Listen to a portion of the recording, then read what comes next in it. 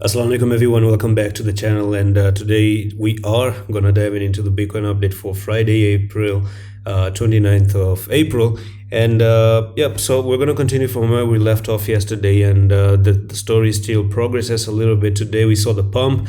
Yesterday's prediction played out perfectly, very good, very well done. We're settled, we're over, the story is closed, the chapter is closed for yesterday, and now we have to talk about the new pathways that Bitcoin is about to make. So here we are, and I'm going to dive into the 15 minutes time frame. And I told you about this potential ascending triangle or an inverse head and shoulder, and the bullish divergence on the RSI as well.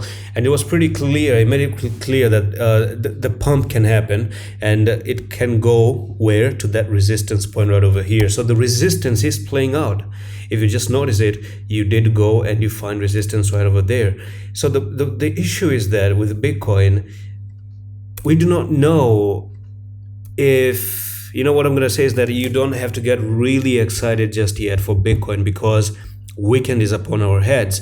But as long as I'm looking at the charts right now, it could be that it could be a merciful weekend. Who knows? You could start pumping to the upside. But for that one, you still need to cross this level of resistance. Right now, you are meeting resistance. And I always say this back to back in the channel. Before investing, ask yourself one question. Am I buying in the resistance, or am I buying at the support level? Supports and stop losses are entries. Resistance are selling points. This you sell. If you find supports, just the way as I was saying, 37,000 in the previous videos as well, that Bitcoin was supposed to come down to 37,000, and it actually did come down to 37,900, nearly there. And this is where you make entries at the support level, and now you go up. This is the resistance right over there. Right, so too much with the short time frames right now. You've already met the resistance. What's next? Let's go into the 4-hour time frame, and let's see what story do we have right over here. So on the 4-hour time frame, you might be making some bearish patterns. Here we are. The bearish haram is now playing out. Okay, so once again, what I'm going to do is go into the daily as well, and let's revisit what I was talking about yesterday and the previous days as well. So all I'm saying here is that I do suppose that when you went down like this, you made a bear flag, and then boom, you're breaking out of it, and you can see it's a clear break to the downside. You break to the downside even you went up to the last resistance. Ask yourself, why are you getting resisted just at that line that I drew? Okay, so you had one touch, second touch right over here, 2, 3, 4 touches right over there, 5 and 6, 7 and 8, and this one is the 9th. Okay, so what was resistance back here turned into sorry, what was support back here turned into resistance right over there. So weekends starts from tomorrow. Friday is going to be a little bit slow. Saturday and Sundays are going to maybe be red or dumpy, because that's how historically they play out. But who knows, we can actually define the odds and try to break the resistance and go to the upside even on a weekend. It can happen, but the chances are less likely. The chances like 20% for that to happen, but there is a chance nonetheless. Maybe if you're just a very lucky person, that can happen. And one of the reasons why weekends can actually pump maybe is because on the weekly, if I'm very clear, we do have an inverted hammer. There is a small chance for that, a small chance for this inverted hammer to actually play out. Okay, and yep, so it could be that you actually do go even in the weekends just because of that one inverted hammer that you have. But for me, if you start to break the flag, if you do break the flag, then I suppose that that's the end of it. And by the way, on the weekend, on the weekly chart, we do see a little bit of a support right over here. So if you notice this, there is like this support that previously which you had right over there with the 4 touches right here, and it could be a big massive support level moving forward. But I don't think it's still a support nonetheless, but I'm not in the favor of this support playing out that much big time. But it is a support. Everything you have to keep everything in mind. The weekly, the 4-hour time frame, the 1 hour, the daily, any time frames, they all give you a story. The weekly, inverted hammer; the daily, some sort of a bit of a bear flag. Some people are saying that you're potentially making a falling wedge. And I don't know, someone was drawing like this was your falling wedge to the downside, and you could potentially be putting in a falling wedge like this. Okay, you go to the downside, and you do go a little bit down like that, make a falling wedge to $36,000, and then you break out of the wedge and go to the upside. Could be true, it could be true. If something like that does happen, I'm gonna actually confirm that one, because you do have a little bit of a support coming down here, and the upper resistance actually going like this. So yeah, potentially could be making some falling wedge, but it's not a clear one. I mean, it's not really clear, it's not convincing. If you compare that falling wedge, and this bear flag looks way more convincing to me right now.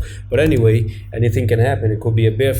Anything can happen, man. I always say this, I know, but it is true. Anything can happen. It can actually go up. It's Bitcoin by the end of the day. Stupid Bitcoin. We never know what it's about to do next, but we do try to predict it nonetheless. So let's see. Let's see.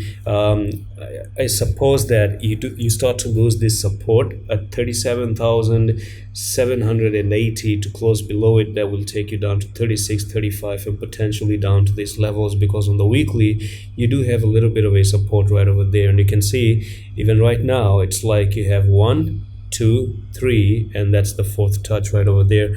And interestingly, whenever you actually went to the upside and you found support here, came down, find support, you did pump, you came down, find support, you pump, came down again, find support, pump to the upside, coming down here, can you actually find support to pump?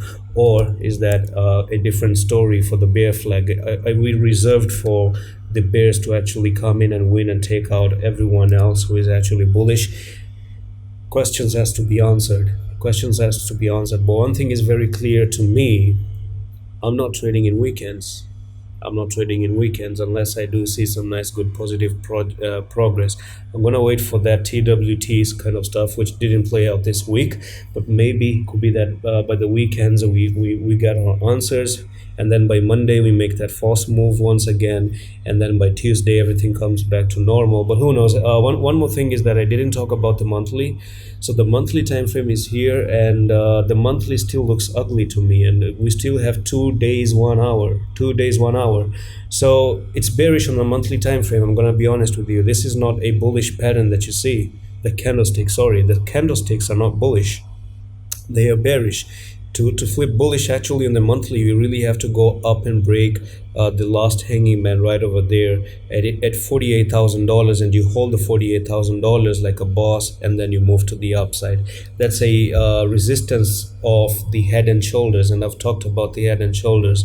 For example, if I move into the daily, $48,000, it has been a huge problem because this head and shoulders. So let's talk about it. This was your left shoulder, your head right over there, and your right shoulder right over there, and the neckline is what has been acting as resistance right over here. That's your neckline. Do you see that? This is completely your neckline, and you broke out of the neckline. The technical target was never met. I don't know if Bitcoin really wants to meet this technical target before going up. Who knows? Because it is still kind of like in play. It's in play. It was never invalidated because you never crossed the neckline.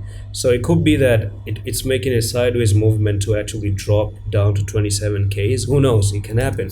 But I just want to give a nice good look to the DXY also. Let's look at some more new stuff as well and how they're behaving, because we need a little bit of oh no. Okay. Do you remember the last time that I talked about the DXY? And the fact that if you start to break out like this, then the DXY gets bullish and it could be trouble for Bitcoin. Well, my friend, DXY is actually breaking out, and if I dive into the weekly time frame, this is not good. This is not good for Bitcoin. It is not good for Bitcoin, and that's actually quite a big breakout, guys. Really a big breakout. So it could come a little bit down, Bitcoin goes a little bit up, and then this one gets bullish and Bitcoin gets bearish once again. So what I'm gonna say is I just want to see the volume, and if the volume is true, then that's trouble. Actually, they don't have the volume. Okay, so the weekly time frame, the big huge W. I warned you about the bullishness here. You made a W right over there. Do you see that? You broke out of it, you met the technical target. Not only did you make the technical target, but you're so bullish that you're still making three white soldiers right over here. You're breaking out of the neckline as well. That's gonna take you all the way up here to the 117 level. So imagine if you're actually gonna go up there, this is not good for Bitcoin. It's totally not good for Bitcoin. And one more thing, on the monthly you do have some bearish patterns as well. Keep that in mind. On the monthly you do have some bearish patterns. I don't know, you might be making some pumps in between and then you start to dump to the downside. I just want to check USDT dominance as well. So let's look at that one, because all of these things play factor for Bitcoin. You must be watching all of these things, and I do have a video explaining every single little details that you must know. It seems like even on the USD Tether, we have some sort of a W right over here, but we didn't actually break the neckline, okay? So all you can see is you went to the downside, came up, went to the downside, a nice good W forming up here, and that's a bullish pattern. It's just only that you didn't break out of this neckline. So if you do break out of the neckline, then imagine this one going up, Bitcoin is definitely going to go down, okay? So if you start to break out from here, you're going to go from 5% all the way to the 6%, and then that's it, Bitcoin goes down. And what does this mean, by the way? What does this dominance means, USDT dominance? When it goes up, it's a very simple thing. That means that people are selling Bitcoin and they're holding Tether, right? So Tether dominance becomes dominant, like it's starting to go up because people are selling Bitcoin, and when people sell Bitcoin, Bitcoin goes down, and when people are buying Tether, Tether is going to go up. So that's what it means. So that means if the charts for Tether starts to move to the upside, Bitcoin is going to go to the downside. Any given day, Tether dominance goes to the upside, Bitcoin does go to the downside. That's one thing. So W on the Tether, DXY is breaking out of a big W. I don't know, man. I don't know. I'm not confident on Bitcoin anymore. Allah Hafiz.